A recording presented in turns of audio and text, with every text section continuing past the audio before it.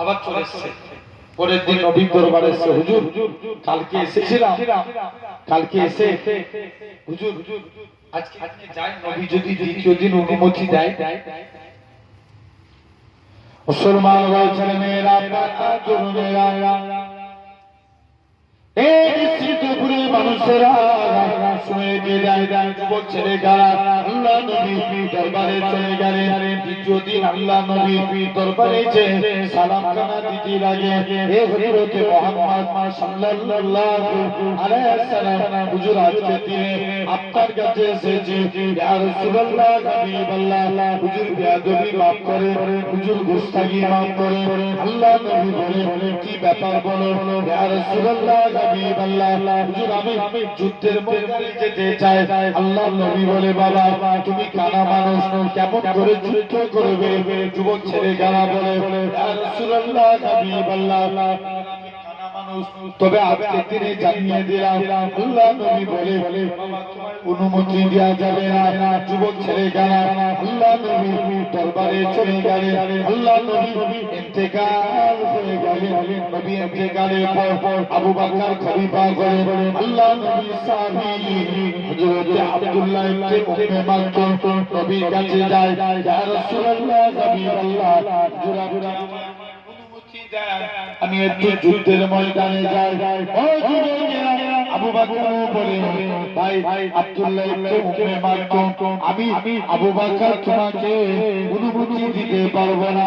হযরত ওমর ভাবে আল্লাহ নবী সাহাবী হযরত ওমরের জামানায় চলে গেলেন। ওমর বলে, তুমি কানা মানুষ, কেমন করে যুদ্ধ করবে?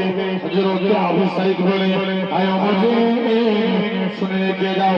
আল্লাহ নবী সাহাবী আব্দুল্লাহ ইবনে উম্মে মাকতুম বলে, হে রাসূলুল্লাহ সাহাবী, হে হযরত ওমর, শুনে রেখে যাও, তুমি তো আজকের দিনে আমি ইসলামের ঝান্ডা নিয়ে দাঁড়িয়ে থাকবো, মক্কার কাফেররা যদি আমাকে লক্ষ্য করে তীর ছুঁড়ে মারে, আমি গোটা শরীর রক্তাক্ত হয়ে যাবে, কবরে রক্তমাখা শরীর নিয়ে কবরে চলে যাব। কাল কিয়ামতের ময়দানে যেদিন আমার আল্লাহ জিজ্ঞাসা করবে, বলো তো দেখি দুনিয়ার জমিনে কি আমল করেছি? আমি আব্দুল্লাহ ইবনে উম্মে মাকতুম আমার আল্লাহকে রক্তমাখা চেহারা দেখাবো। আল্লাহ পাক তোমার দিনকে জিন্দা করার জন্য নিজের জীবনকে কুরবান করে দিয়েছি।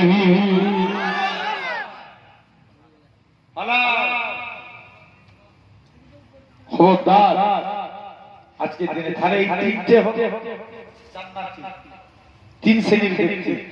ভাই বয়স কত বলেছিলাম? ইয়েস, কত? 15 থেকে 40। নবী বলছে এই টাইমটা যারা আল্লাহ আল্লাহ যে কেউ করবে এরকম ভাবে কিয়ামতের দিন আল্লাহ তাদের তিনটে রোগ দিবে না, কুষ্ঠ রোগ, শ্বেত রোগ, চতুর্থ নম্বর 40 থেকে 50। এই টাইমটা যারা আল্লাহ আল্লাহ করে কাটাবে, আল্লাহ বলবে, যা আমি আল্লাহ আজকে দিনে তোর কবুল করে দিলাম, কিয়ামতের দিন তোর হিসাবটাকে আমি আল্লাহ সহজ করে দিলাম।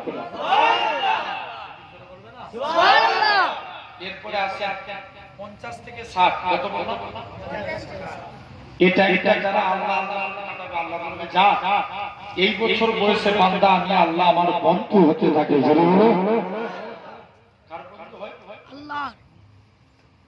আল্লাহ আল্লাহ 3 নাম্বার হয়ে গেল। চতুর্থ নাম্বার 60 থেকে 70।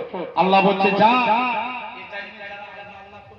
বান্দা তোরা আইনা, এবার আমাকে একটু দিদার দে, বান্দা দিদারের জন্য। এরপরে আসে 70 থেকে 80। যারা 80 তে পড়বে, আল্লাহ বলবে, যা আমি আল্লাহ তোর নামে আর গুনাহ দিব না। জোরে বলবে না? যারা 80 থেকে 90, যা যারা 90 বছর আল্লাহ আল্লাহ বলে কাটিয়েছে, আমি আল্লাহ এদের আগু পিছু সমস্ত গুনাহকে মাফ করে দিলাম। কত বছর বয়সে?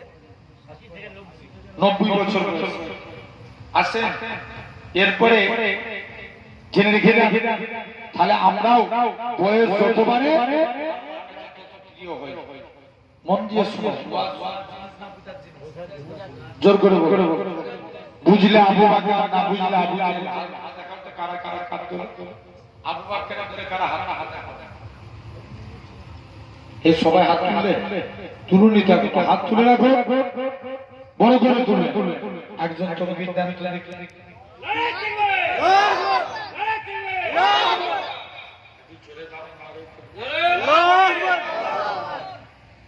আসেন, হাত জমা।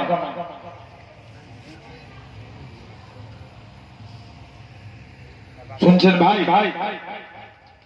জেনে রেখে দেন, এটা হলো তাহলে আজ তোমাকে আমাকে বুঝা লাগবে, বলো তো ওয়াজ বুঝার জিনিস।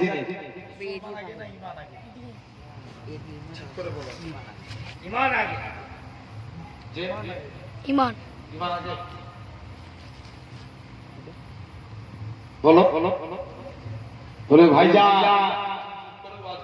জিজ্ঞেস করে চালাবেন, রাখতে জোর করে বলো না, হচ্ছে আগে আগে আগে মুসলমান, আগে মুসলমান না, ঈমান হলে তো মুসলমান, আগে ঈমান তারপরে মুসলমান। ঈমান না থাকলে মুসলমান হবে না, হবে না। তাহলে আগে ঈমান তারপরে মুসলমান। এই শুনছো, আমাদের ঈমান হচ্ছে চার প্রকার। চার প্রকার। এক নাম্বার জ্ঞানের দ্বারা ঈমান। কিসের দ্বারা? জোর করে বলো, জ্ঞানের দ্বারা। আল্লাহ আমাদের জন্য দুটো রাস্তা রেখেছে, একটা ভালো আর একটা খারাপ। ভালো রাস্তায় হারলে জান্নাত, খারাপ রাস্তায় হারলে জাহান্নাম। ভালো রাস্তায় হারলে কি? বলো বলো, জান্নাত। খারাপ রাস্তায় হারলে জাহান্নাম। দেখবেন অনেক চোর চুরি করে আর মাদ্রাসার নামে চুরি করে, আছে না? কথা বলে না কেন? ছেলেদের আওয়াজ নেই, যুবকগুলো জোর করে বলে, আছে না?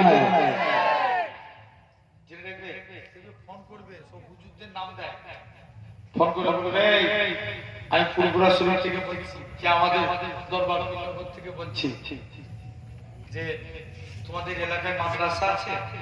জি ভাইজান আছে। তো তোমরা মাদ্রাসায় গোসল পায়খানা আছে? না।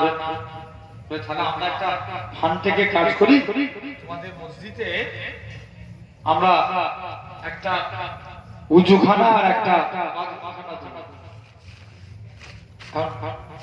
সবাই রাজি হয়ে যাবে। 3-4 লাখ টাকার বাজেট। কে না চাই তার এলাকায় মসজিদ হোক? সবাই চায়। এখন বলছে ঠিক আছে, তবে এর জন্য একটা ফর্ম ফিল আপটা আমরা এত টাকা তো দিই, এর জন্য আগে 10,000 টাকা জমা দিতে হবে। 10,000 টাকা।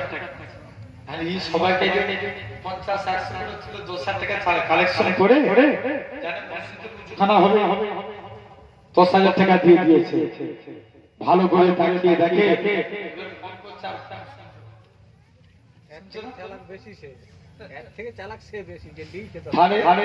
চোরের বিরাট বেড়ে বড় পীর সাহেবের জামানা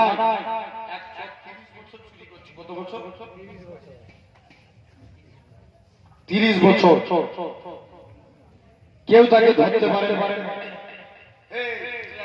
লাল জামা বলছে ওই ধারে বসবে।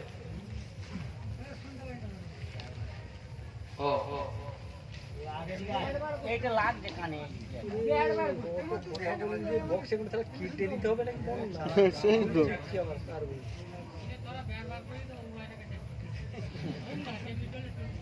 আচ্ছা যা হচ্ছে হয়ে যাক, ওরা এমনিতেই কম।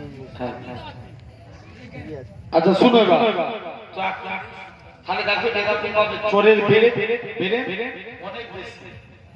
বড় পীর সাহেবের জামানায় এক চোর 30 বছর চুরি করছে, কেউ তাকে ধরতে পারে আর মনে মনে নিয়ত করছে যায় বড় পীর সাহেবের বাড়িতে চুরি করতে যাবে।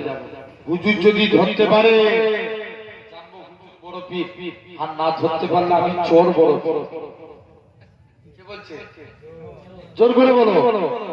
চোর বলছে চুরি করে থেকে মাল ভরেছে, যেই বেরোতে গেছে আল্লাহর কুদরত, অটোমেটিক দরজা বন্ধ হয়ে গেছে। জোরে বলো। দ্বিতীয়বার দরজা খুলতে এসে দরজা খুলে গেছে। তৃতীয়বারের বেলায় পুরোপুরি ব্লক, খালি হাতে গেল দরজা হচ্ছে, আর ভর্তি হাতে গেল দরজা খুলছে। চোর বলছে এবার পড়েছি ধরা যায়। বড় পীর সাহেবের কদমে পড়ে গেছে, হুজুর বেয়াদবি মাফ করে, আমি চোর সাক্ষ্য দিচ্ছি আপনি হচ্ছেন বড় পীর। জুড়ে বলো। চোর বলছে। তাহলে দেখো এই সমাজে চোরে ভরে গেছে, আছে না? তাহলে 2 নম্বর হয়ে 1 নম্বর হয়ে গেল। 2 নম্বর আইনুল ইয়াকি, চমৎকার আইন। আচ্ছা এই চমকাই তোরা ছেলেরা দিঘায় গেছে, জি গেছে দিঘাতে দেখবেন এখন একটা কদিন আগে মন্দির উদ্বোধন হলো, জগন্নাথ ধাম। জগন্নাথ ধাম 1600 কোটি টাকা খরচা করে মন্দির হয়েছে। দিঘাতে এখন 70% মুসলমান যায়। 50 লাখ টাকা খরচা করে একটা মসজিদ বানানোর দরকার ছিল না? ছিল রে? জোর করে বলেন ছিল না? ছিল রে?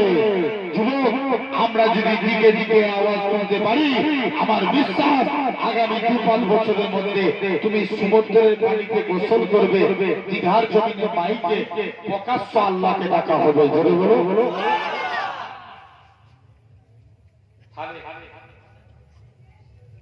দেখবেন দীঘার সমুদ্রের পানি ঢেউ খেলায় না? কি খেলায়? ঢেউ খেলায়। কলকাতায় একটা পার্ক আছে, যে পার্কটার নাম নিকো পার্ক। নিকো পার্কের ভিতরে একটা ওয়াটার পার্ক আছে। এই ওয়াটার পার্কের পানি মেশিনের সাহায্যে ঢেউ খেলায়। কিসের সাহায্যে? মেশিনের সাহায্যে ঢেউ খেলায়। বলছে চলো যে দেখি। এখন সূর্য এই পানি মাঝে মাঝে ফলস মারে, কিন্তু সমুদ্রের পানি ঢেউ খেলানো 1 সেকেন্ডের জন্য ফলস হচ্ছে হয় না। এটা চমকিয়ে দেখে ঈমান আনা। হাওড়া ব্রিজ ঝুলানো সেতু না? কি সেতু? তবুই